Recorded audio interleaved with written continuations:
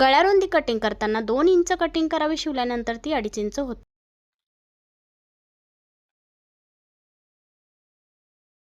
Hook लावायची सर्वात सोपी पद्धत. हुक लावताना आपल्याला हुकला पकडून ठेवायची आवश्यकता नाही. कोणतीही टोकदार वस्तू घ्यायची आहे. इथे तुम्ही सुई घेऊ शकता. मी इथे कटर घेतलेला आहे. कटरनं फक्त आपल्याला पट्टीला आपल्या होल पाडायचा आहे.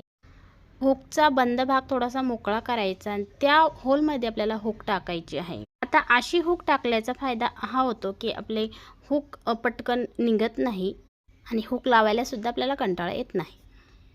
प्रिन्सेस ब्लाऊजला फोल्ड पट्टीपेक्षा जर क्रॉस पट्टी जर लावली तर ब्लाऊज छान बसतो बरं का. शोल्डर तोडताना ही तिरपी उंची मापून घ्यायची आहे. ही तिरपी उंची जर तुमची बरोबर आली तर ब्लाऊज बिघडणार नाही. तुमची मशीन जर आवाज देत असेल, ती पिकोची असो किंवा शिलाईची असो, तर हे असे स्क्रू असतात ते लूज झालेले असतात. आता ही पिकोची मशीन आहे तर हे स्क्रू लूज झालेले आहेत, तर मी याला टाईट करून घेते. हप्त्यातून एकदा मशीनला तेल सोडायचं आहे. दांड्याची रुंदी ही 3.5 इंच कटिंग केलेली आहे. तर म्हणजे तयार रुंदी ही ब्लाऊजवरती 2.5 इंच आहे, तर 3.5 इंच मी इथं कटिंग केली होती. आता इथं स्टिच केलेलं आहे, तर आता 3 इंच बाकी आहे. तर अर्धा इंच आपलं इथं शिवण्यामध्ये जाईल, बाही जोडण्यामध्ये. तर या ठिकाणी वरच्या बाजू ही आहे पिकोची मशीन. बघू शकता आपलं जे बॉबिन केस आहे ते समोरच्या बाजूला आहे आणि साध्या मशीनचं या बाजूला असतं. तर बघा, पिकोची मशीन जर जड जात असेल तर या ठिकाणी धागे अटकलेले असतात. या ठिकाणी बघू शकता, जसे आपण असं फिरवतो तिला तर या बाजूला असे धागे दिसतात. तर हा नायलॉनचा धागा आहे, पिकोसाठी मी वापरते. हलकासा तुम्हाला इथे दिसत असेल भरपूर असे धागे या ठिकाणी.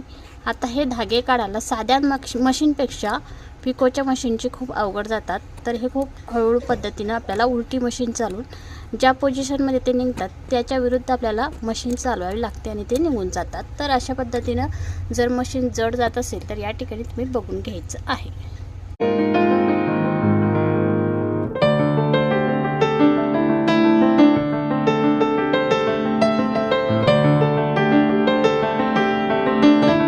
गळा कटिंग करून शिवल्यानंतर तो पसरट होतो. तर पायपिंग बनवायच्या अगोदर पूर्ण गळ्यावरती एक शिलाई मारून घ्यायची.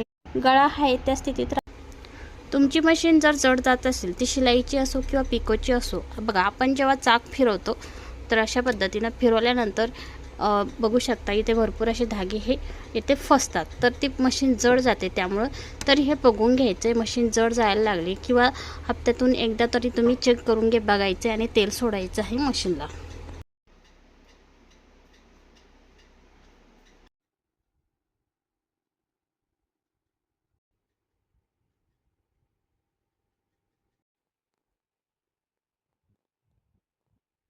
प्रिन्सेस ब्लाऊजचा गळा शिवल्यानंतर आलेल्या मापापेक्षा कमी पडतो, तर कटिंग करताना अर्धा इंच ठेवणे कंपल्सरी आहे हुकाय पट्टीसाठी.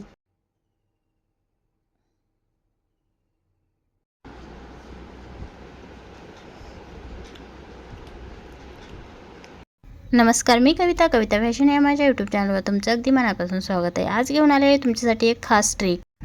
जेव्हा मशीन अचानक जड जाती, चालवायला जड जात असेल किंवा जाम झाली असेल, तर तुम्ही तेलही घालता, वरती तेल घालता किंवा खालच्या बाजूला सुद्धा तेल घालता, तरीसुद्धा मशीन जड जाते.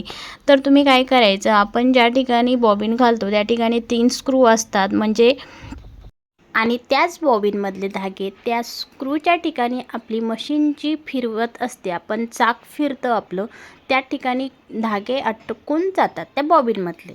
तर काय करायचं, अगोदर आपल्याला तेल घालायचं आहे जिथे धागे अटकलेले आहेत तिथे, म्हणजे धागे सळसळ निघतील, आपल्याला काढायला ते अवघड जाणार नाही. आता धागा ओढताना तो जास्त खेचायचा नाही. हळुवारपणे सुईच्या टोकाने किंवा हाताने अलगद निघत असेल तर तो हळुवार ओढायचा आहे. आता धागा पुढे ओढता जात असेल तर मागच्या बाजूला चाक फिरवायचं आहे विरुद्ध दिशेने.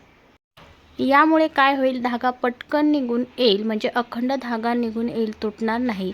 अशा पद्धतीने पूर्ण धागे तुम्ही काढून घ्यायचे आहे.